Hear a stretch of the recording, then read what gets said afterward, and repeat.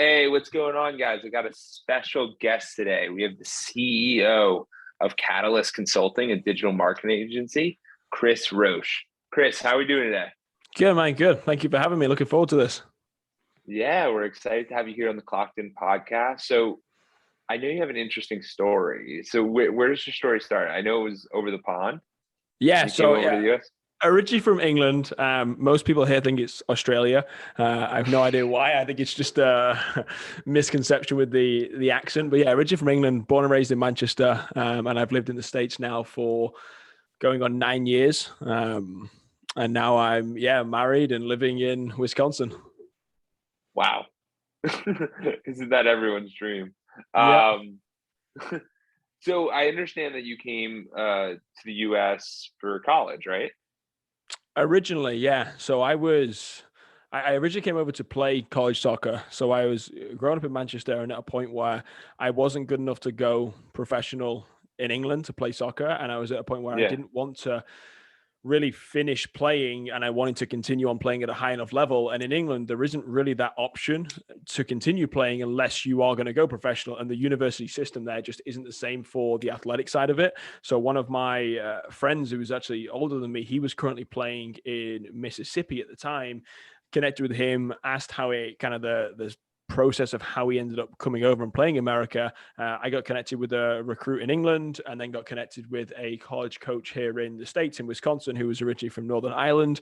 We chatted for a little bit, booked a flight and kind of said, right, let's give it a go for a semester. And that was 9 years ago. Wow, that's incredible. And I love the fact that you were able to look forward a little bit by talking to people who have been there before, Yeah. because that's Well, always, at the yeah, time, there was another English guy on the team, and I remember Skyping with him, and I was like, "Hey, what's it like?" He's like, "Honestly, just come give it a semester. See if you enjoy it, and see if it's something that you want to continue on with. And worst case scenario, go back to England a year later and go to university there." And I was like, "That's a pretty good way of looking at it." yeah. And we have to realize that everything's temporary. There's no permanence in what we do. And regardless of if it's like a business, regardless if it's a relationship, a family, whatever it is, well, family's kind of permanent, but most stuff is pretty temporary in the regard that we can always change and be who we want to be. So, Chris, you end up making that leap. And how was that for you? Like that change? Yeah, it was a big adjustment. I remember the first day I arrived, I flew into Chicago, got picked up by an older guy on the team. Didn't have my dorms yet. Didn't know where I was going to be living. Went over to one of the teammates' house. I remember they had this like mannequin in the corner with like a football helmet on it. And I'm sat there and I'm thinking, what on earth am I doing here? This is the worst decision ever. Go home, stop being an idiot, go back and go to University of England like all of my friends. And, that was, I think, the moment that I was like, hey, let's give it a week, see what happens. And it was give it a month, give it a semester. And then I got to, meet a lot of people here. I, played all 4 years, graduated, ended up starting a business out of college. And even now, really haven't looked back since and, continue and at a point where I want to keep living here. I found a lot of opportunity in America. I found a home in America. And, really for me now, it's not something I'm really considering going back. I love that. And it's incredible because you seem, and I kind of did a similar thing where most people end up staying within 50 miles of their home. It's just like a proven thing. Like even if they go to college, they always come back. Mm-hmm. But that ability to leave early when you're younger, what do you think that helped you in your growth? Like, because I had the same experience. I was in Jersey, grow up, everyone goes New York City, or everyone will go to PA, or Mm-hmm. wherever they go, they end up literally 20 minutes from our hometown in New York City. And that's fine. But for me, I was like, I'm going to go to Tampa. And I went to Tampa and I've stayed in Yeah. Tampa since. And it's just going somewhere where you don't know anyone. Oh my God. Like it just opens your eyes and there's so many more options and so many more perspectives, which Well, is one of the biggest things for me.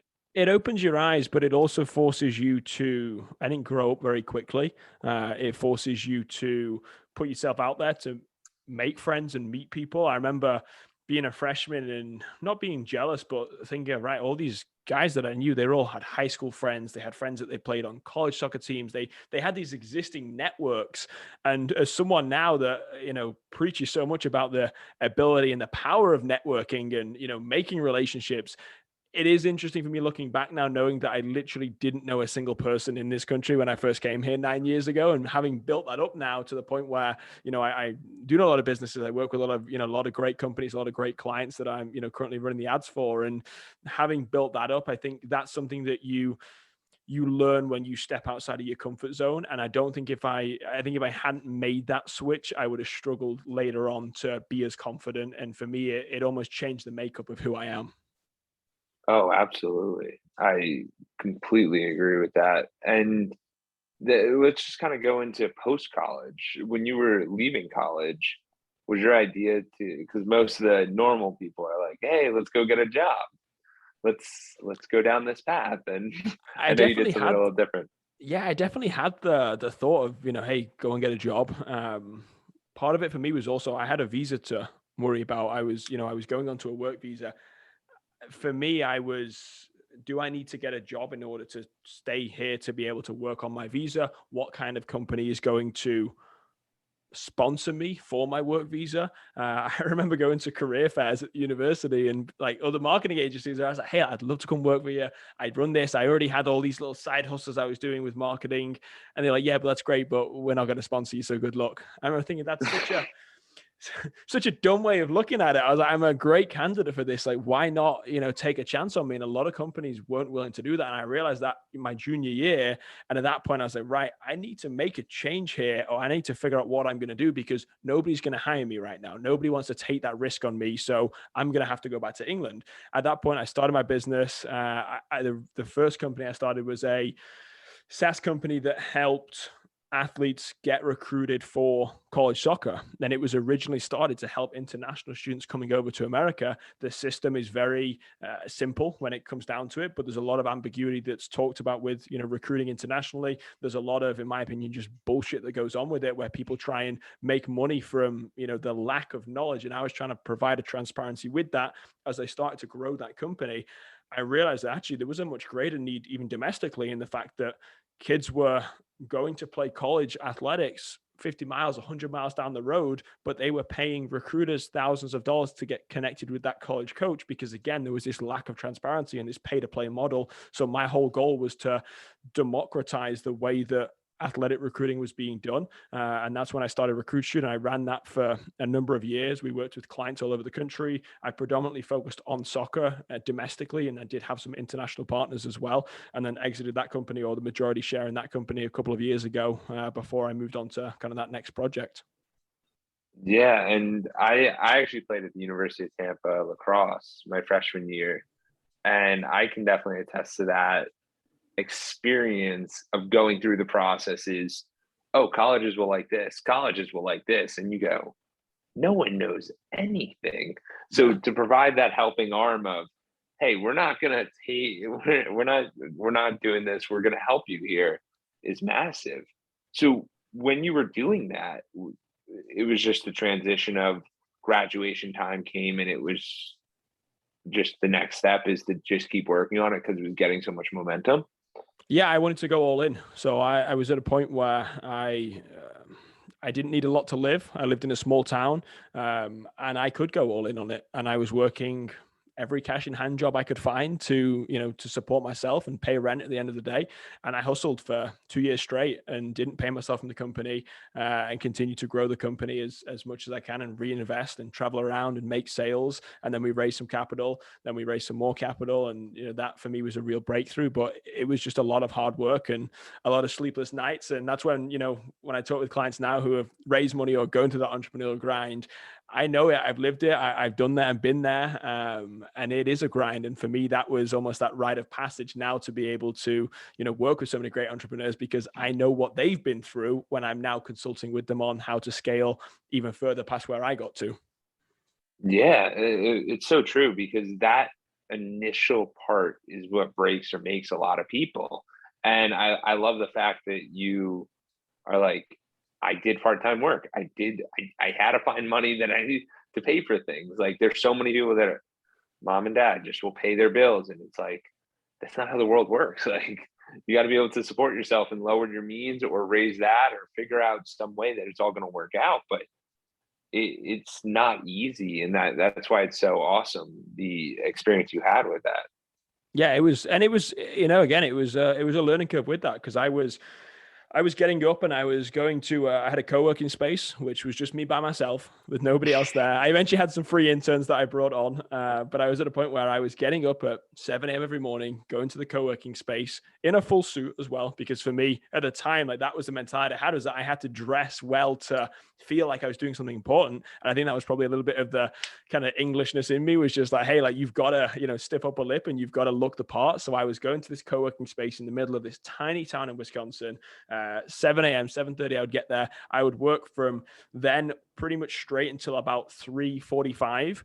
And then from there, I would leave and go straight to the bar, which I worked at. I would bartend from 4 until 10. And then I would go straight to the bar, which I would bounce until midnight, 1 in the morning, and then start over again. And I did that pretty much for 2 years straight. I lived with 5 other roommates, kept rent down, kept everything as inexpensive as possible, to be able to afford to keep reinvesting. And a lot of that hard work that was then being seen by people within the community allowed me to raise capital from angel investors who lived in the town, this tiny town. I was able to raise capital in because of the fact that they were seeing the work that I was doing day in, day out.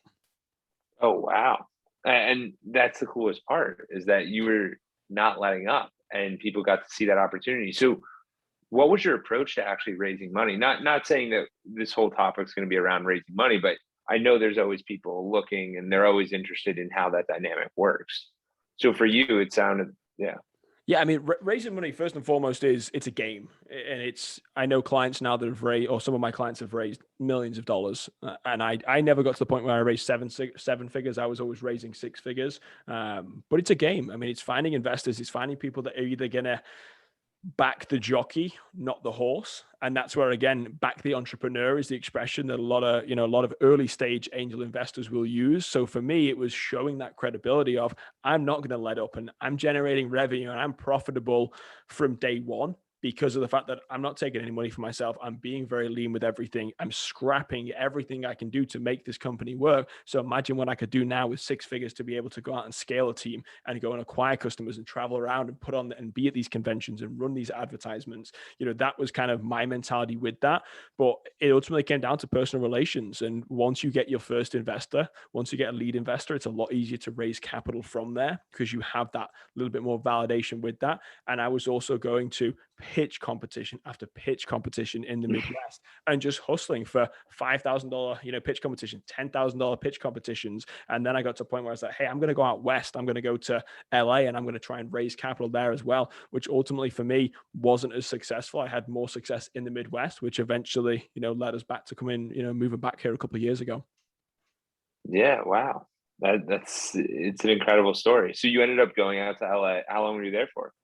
I lived in LA for about 9 months, and then San Diego for about a year, and then back to Wisconsin.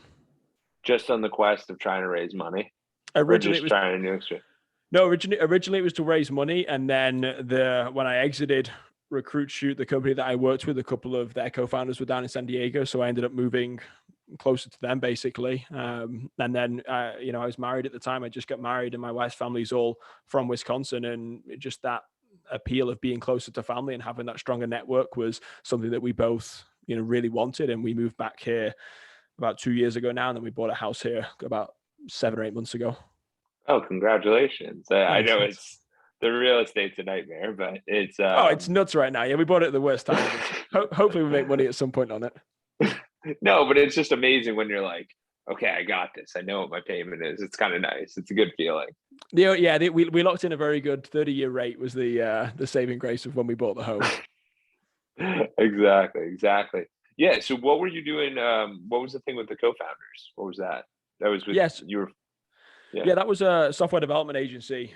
It was one that was already running before I joined. I joined as an equity partner probably 3-4 years ago now.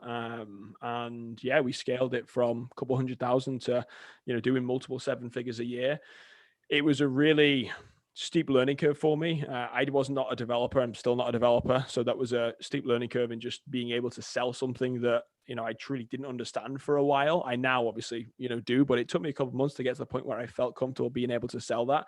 I worked with a great team, and, I handled all the sales and marketing for them, scaled them very, very aggressively. And then at the end of last year, just got to a point where I was like, I want to do this at scale with multiple companies, not just one. And unfortunately, being a service-based company, you don't have the ability to scale quite at the rate that I wanted to. And that's where, I stepped away, and now I work with a handful of clients that are predominantly B2B SaaS companies who are scaling very, very quickly, and being able to really go after companies and acquire customers to be able to hit those revenue goals.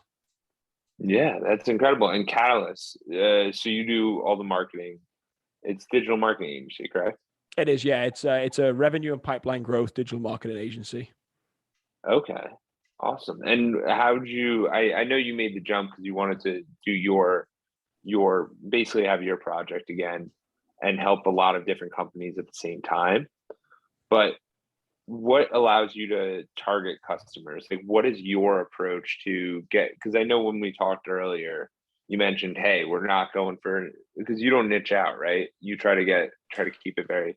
Yeah, we've not been super specific with the niches that we work with so far. The majority are SaaS companies, B2B SaaS companies, but in terms of the who they're targeting, we've not been super specific, just because of the fact that you tend to learn a lot by the marketing that's working. And when you can test it across different industries simultaneously, you can take and apply that to other clients. So I have clients in real estate, in fintech, in med tech, in food tech. I mean, it's, kind of everything at the moment. So I have it really across the board. And what I'm finding is that when I find something that works very well with one client, being able to test that and apply that to other clients allows me to, really impact their results very, very quickly as well. So that ability to scale them much more aggressively becomes a lot easier when you're working with multiple clients, and you can make assumptions across the board, and rather than just working predominantly with one sector where it may not apply to if you suddenly then wanted to expand into that. But again, I've not niched down very deliberately, just in the fact that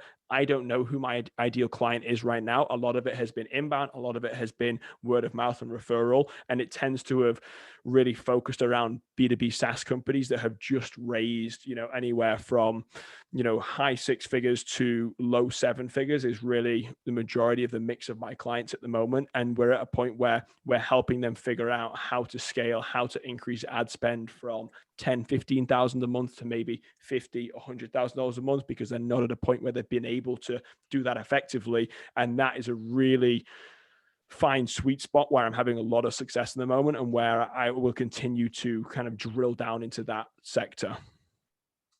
Incredible. And what do you focus on in regard to when you say the ad spend? Are we talking about like YouTube, TikTok, Facebook, Instagram, Oh, LinkedIn? Like, across the board, yeah. We work on all platforms across the board with clients. It's very much in full service digital agency. I have a couple of team members that work, predominantly on very specific platforms with clients. I personally can work in all platforms. I tend to be stronger on Google Ads, LinkedIn, Facebook, Instagram. Those are more my background. But I have other team members now, as we've started to scale this, that have, much more expertise in TikTok, have expertise in, YouTube ads, whatever that is, to be able to really put together a full service offering that makes the most sense for each client. But a lot of the time, the early 3-6 months is testing out these platforms to make sure that our recommendations are going to be the most effective. And if we are seeing that we can be more effective on other platforms, being able to constantly adjust that budget to increase efficiency. interesting. Because I know it's always the ad is a very long game, not like super long, but it's long enough where you can actually get a trend line where you can see what you're doing.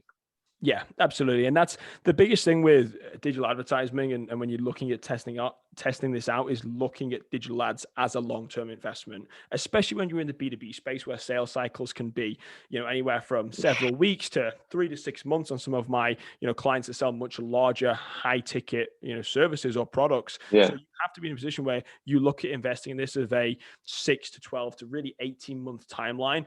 And when you start to invest over that period of time, you can measure those results much more effectively, and you can make those informed decisions. If you're looking to test ads and do 4 or 5 weeks of testing and then make a decision, you're not going to be able to do this effectively, and you're just setting yourself up for failure, unfortunately. Yeah. Yeah. No, I completely understand that.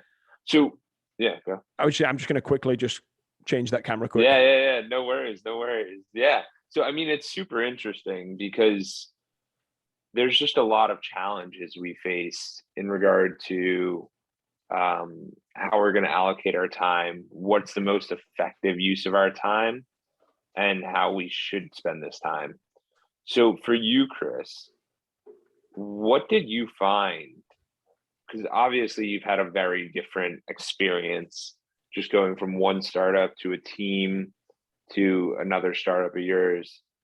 What is your view on experience versus really just kind of taking action and going after it yourself and learning through that avenue? Because you had a much different, because some people are like, hey, I only want a 20-year guy. And it's like, a 20-year guy? How's anyone going to do that? That means you're only getting older. But what's your view on experience and or versus taking action and learning on the job? I think a lot of it comes down to entrepreneur versus employee. I think when you're looking at, if you're an entrepreneur, you're going to take action and you're going to constantly find a way to deliver the results or learn how to do that. My background has always been as an entrepreneur, so I've always been very self-motivated. I've always been in a position where I will go and figure out how to do something, or I'm going to hire someone that knows how to do that and leverage that as well. I'm not, I think as I've got older as an entrepreneur, I've become more aware of my own downfalls. So now the first thing I'm going to hire is what I'm not great at, and that allows me to be great at what I am great at. So for me, that was a very important lesson in terms of getting experience. When you're young, when you're in your low 20s, when you've just graduated college, take a risk.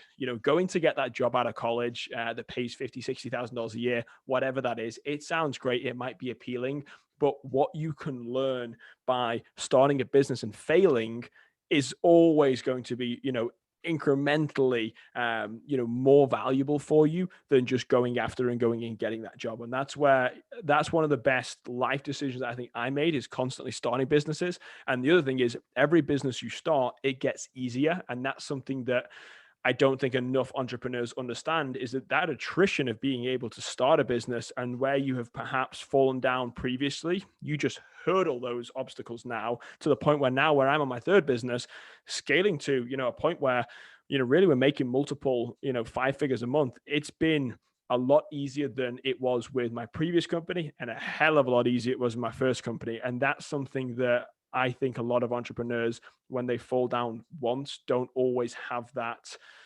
foresight to stand up and try again.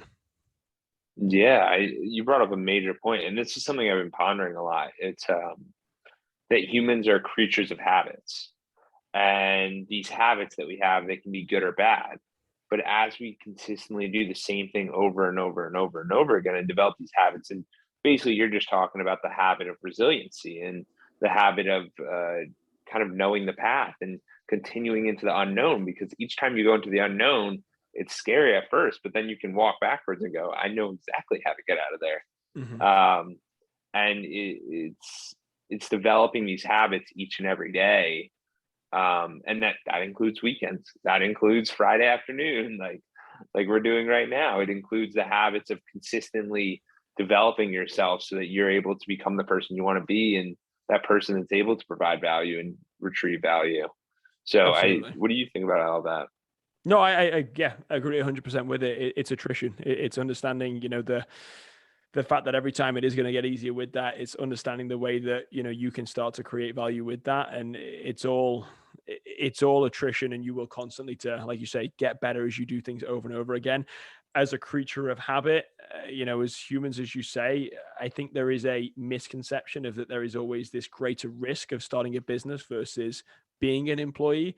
I joke with my wife now, we're talking about it, I would have to have several clients all fire me on the same day to be out of work, which, touch wood, doesn't happen. But if you're working for a company, my argument is that's actually riskier than starting something like a consulting agency, because you only need one company to be pissed off at you to get rid of you. Whereas when you have this ability, to work with multiple clients, you do get to de-risk that. And that's where I think starting a consulting agency is actually a lot less risky than people perhaps perceive, when they're first looking at it. Yeah, that's a very interesting point, because I've thought about that a little bit, because if you're the employee, you have one job. And like that means one person could get upset at you and that job can be over. If you're, as you say, you have 6 jobs, 8 jobs, 10 jobs, whatever it is, you'd have to, it gives you a lot more leg room. So did you, what caused you to go into this consulting dynamic? Because I mean, at this point right now, it's a lot more protected than a regular job would be. It is, So but I'm also 7 months into it. And when I left Iron Forge, I had just closed, or I had just had an offer accepted on a house. So we just about to go through there. So the risk was quite large then when I said, hey, I'm gonna I'm gonna go out on my own. And now seems like the perfect time because I'm closing in 30 days. So, let's really piss off the people at the bank. So I was there, I had no retaining clients, no source of income, and I had a closing in 30 days. But I was at a point where I was like, if I don't do this now, I'm not going to do it. And the timing really worked out well for me in terms of where I was at with clients, with the previous company, and just everything just kind of, it gave me an opportunity to do that. So I was at a point where I was like, hey, I'm going to break off and I'm going to go for the next 30 days and see how many clients I can get. And I got my first 3 clients in, I think, 14 days, was able to show the contracts to the bank, which basically acts as my income, which they then, I was able to close my home, which was kind of one of my big concerns, which probably foresight would have, allowed me to maybe leave a month after, but whatever. And,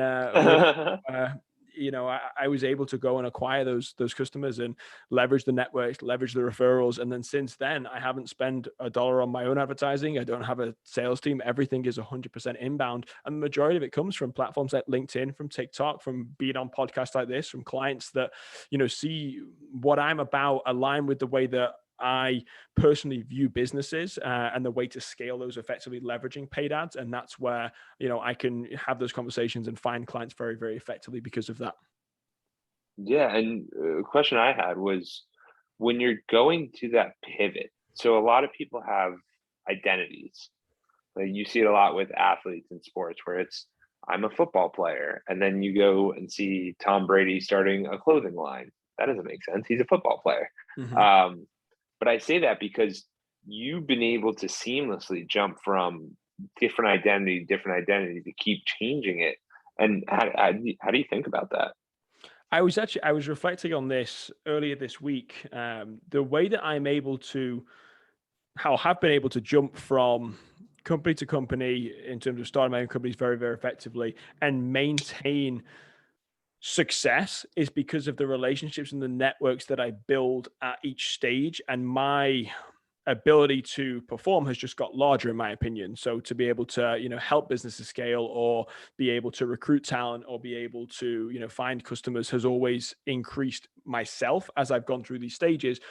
But I've always maintained the relationships with people from right from the beginning. So I have soccer clubs who I originally sold recruit shoot packages to, who now call me and want to know about Facebook advertising. And I have clients from previous work. I just got off the call 40 minutes ago with a previous client who now wants me to help them with the digital advertisements. And I've seen that time and time again, even if it's not a case of where I can work with them, or at a point where clients reach out, previous clients reach out to, work on that next venture. They've always been very supportive. And that support that I've managed to curate over the past 7 or 8 years from working in these different platforms, or working with these different endeavors, is something that I think is quite unique. It's not something that I expected to happen, but I've got my first couple of clients, even from Recruit Shoot, I'll talk to every couple of weeks. They'll message, they'll reach out, they'll like things on LinkedIn, and there still is that willingness from them to almost support me to do well with that. And that's something where I'm not quite got a name for it. I've not got really like much of a science behind it, but I think there's a lot of value in creating those relationships and maintaining them over time, because you never know who they're going to introduce you to. You never know how you're going to be able to carry that forward. And just that well-being allows you to have the support, knowing you have a network that you could fall back on for whatever reason. If you did want to go and get a job someday, or something didn't work out and you wanted to fall back and just go and find something that was, quote unquote, more stable. Yeah. Yeah, I completely agree. And how do you manage to keep those relationships? How do you think that's one of the best ways to do that? I think for me, a very low touch way is personal branding, because of the fact that when I'm posting on LinkedIn, I'm posting things about my personal life, as well as just marketing tips, or being on a podcast like this and talking about, buying a house and being married and the story of coming from England, that's something that when that's distributed and I, publish that on my own social channels, those that have known me previously, or those that have, I've maybe not talked to in 6 months, they know that I've just bought a house in Wisconsin. So they feel more up to date. And I found that clients, or previous clients that I've not talked to in months or years, I'll get on a call like this or catch up with, and they know everything that's gone on because they've seen it online. So they feel that they've invested, and it's getting that investment into you personally and not just the business that you run, is where I think personal branding really has that ability to help you do this at scale. It's the journey. Yeah. It's the journey. They're seeing the journey. And the best part is you don't have to talk to each and every one of them. It could just be a like or a comment and you don't have the time to. Yeah, nobody has the time that's to what do I'm that. saying. Yeah. For you to call up 300 people and go, "Hey man, bought a house, got married, live in Wisconsin," they'll all be like, "What? Like, Chris, you got to explain it to me." So it is genius, because that is how people, because I've been looking into the whole personal brand and acting a little bit more on it. And it's really interesting because that is how the celebrity nature comes to be, where these people, and that's why random people are celebrities now, because you just see them in your feed and you're like, wow, what are you doing? Because there's a lot of, like, for example, Kim Kardashian. Does she know who I am? I don't think so. Do I know about her? Yes. Yeah. Does a lot of the world know about her? Yes. She doesn't know any of us, but we all know her because she uses these social channels, and then they raise each other through who she's in relationships with, who her family is, and how that all works. But it's really, really powerful because we can all do it for ourselves. And people feel like they know who you are as you're posting. So I completely agree with you, Chris. And it's just documenting the journey. That's, for me, is the biggest thing I realized. Just documenting the journey, record everything you do and just post it, and people care. Like that's the crazy thing. Like, people care. They want to invest into you. They want to know what's going on with you. Most people want to support you in some way, and know that you're doing well with that. And that that's why I publish a lot online. I do video snippets. I do TikToks. I do LinkedIn, Instagram Reels, and it's all just snippets of, predominantly conversations like this that I'll just chop up and send out. And I have a video editor that handles all that for me, and just have that all go out. And that allows people to know what's going on with me. And then when they need something that I am selling, so right now with digital advertising, if they're at a point where they raise capital, if it's a startup that I knew from when I was going around the, pitch investor, circuit 5 years ago, if they are now, getting further along and have now raised capital, now they need to be able to hire somebody to leverage the digital advertisements for them. I'm top of mind, and they know that they can trust me. They know the quality of the work that I do, and we already have an existing relationships where they feel that they can, very easily, reach out and have that conversation. Yeah, super powerful. Not enough people use it because it's free. It's completely free to post. It is, yeah. It's free to post, and the beauty is, because not a lot of people do it, there's not that much competition right now. A lot of people are scared to post, and I think with anything digital social platforms, you're either the consumer or you are producing on there. And for me, I didn't want to be the consumer. I wanted to be someone that was taking advantage of that by the fact that less than, I think, 30% of CEOs post on LinkedIn every 30 days. I post daily videos all the time, so that it's constantly staying front of mind for people. Yeah, the consumer producer, I've heard that before, and it is one of the most powerful things, because we can find ourselves scrolling on it nonstop. Like, I put up a LinkedIn post yesterday and I wasn't expecting anything from it. And it got like 14 different likes. Some random guy from someone else's network liked it, commented, who could be like my avatar. I'm like, this is crazy. This is crazy. And we're all just talking about the topic that I placed out there for the world to see. You know what I mean? And none of it's intentional. It's just a very organic way of meeting people. And LinkedIn's a really good spot. So where do you think is the best spot to do personal branding at the moment? I think LinkedIn and TikTok are the two biggest for me. TikTok content just performs better on LinkedIn than the majority of LinkedIn content. So if I'm doing a video like this, I'll chop it up, add the subtitles, I'll post it on TikTok, and then I'll take that TikTok stamped video, put that onto LinkedIn. Performs way better than without the stamp. So people just click it because they see TikTok. TikTok is very hot in B2B marketing specifically right now. Like everybody's trying to get on there and do something with it. So I'm just leveraging that to, the fullest and being able to produce as much content back onto LinkedIn from TikTok. Wow. And you said the stamp is a good thing. Oh yeah, people love the stamp. You see, yeah, you post two videos, one with the stamp, one without. The one with the stamp will get more engagement because people see it and it's like, oh, this is going to be cool because it's got TikTok on it. It's Wow. bizarre. So that's why I'll post a TikTok first, straight back to LinkedIn. Same content, straight onto LinkedIn. That content will do better. Wow. I had and there's many people who say like, hey, remove the TikTok logo, like don't have the TikTok logo. And I'm like, I don't really care, but I didn't know that it does better. How much content on LinkedIn has a TikTok logo right now? Like 1% maybe, less than that. So people see it, and this is why you're in the game. It's instantly, yeah. It's that that curiosity of what do they do? Like, why are they posting a TikTok on here? This is going to be ridiculous, and it's not. I don't get involved in a lot of even the trends with TikTok. I just post the same content. I just put the stamp on it, and people want to watch that. 100%. Yeah, no, it's a very interesting place. It's cool. So the last thing I want to touch on, Chris, what are some ways that people can grow their personal brand? You think obviously posting, but do you post on a schedule? Do I post one time in a week, one time a month? Like how do I go about this? Because it can be intimidating. There's so many platforms. It's first of all, with the platforms, I would choose one, maybe two. I cross post. So LinkedIn and TikTok for me are the two biggest ones that I'll post on. I will do some Instagram reels, but I'm not as consistent. So being able to take it off in bite-sized chunks, I think is the best way to look at it. So say, right, I'm going to do one platform really well. So if I'm going to do LinkedIn really well, I'm going to post on LinkedIn. What's the schedule that you can commit to posting the frequency for 6 to 12 months? Because that's what you need to do. It's not a one and done month. So if I say, right, I can post on LinkedIn, I think I could feasibly do that 3 times a week. So I'm going to do that 3 times a week on LinkedIn, and I'm going to commit to that. And I'm going to do that come hell or high water. I will post 3 times a week. Don't schedule them out.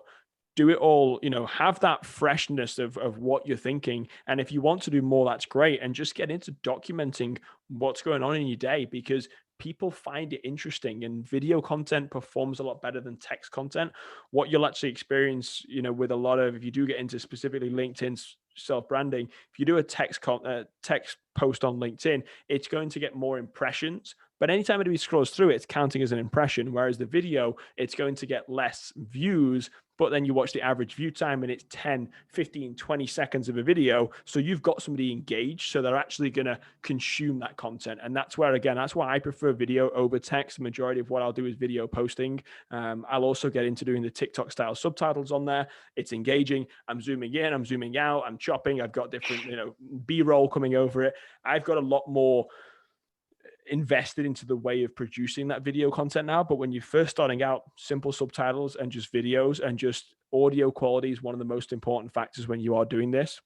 Podcast mic, having a microphone over on the camera, decent lighting, just getting these little steps to start off with, and then committing to it for 6 to 12 months without looking at something to happen. Like, don't look at it and say, hey, I need something to happen in 3 months. I've not got a customer in 30 days. Why am I continuing to do this? Because over time, that attrition as an entrepreneur, you will start to attract the right type of people to your content.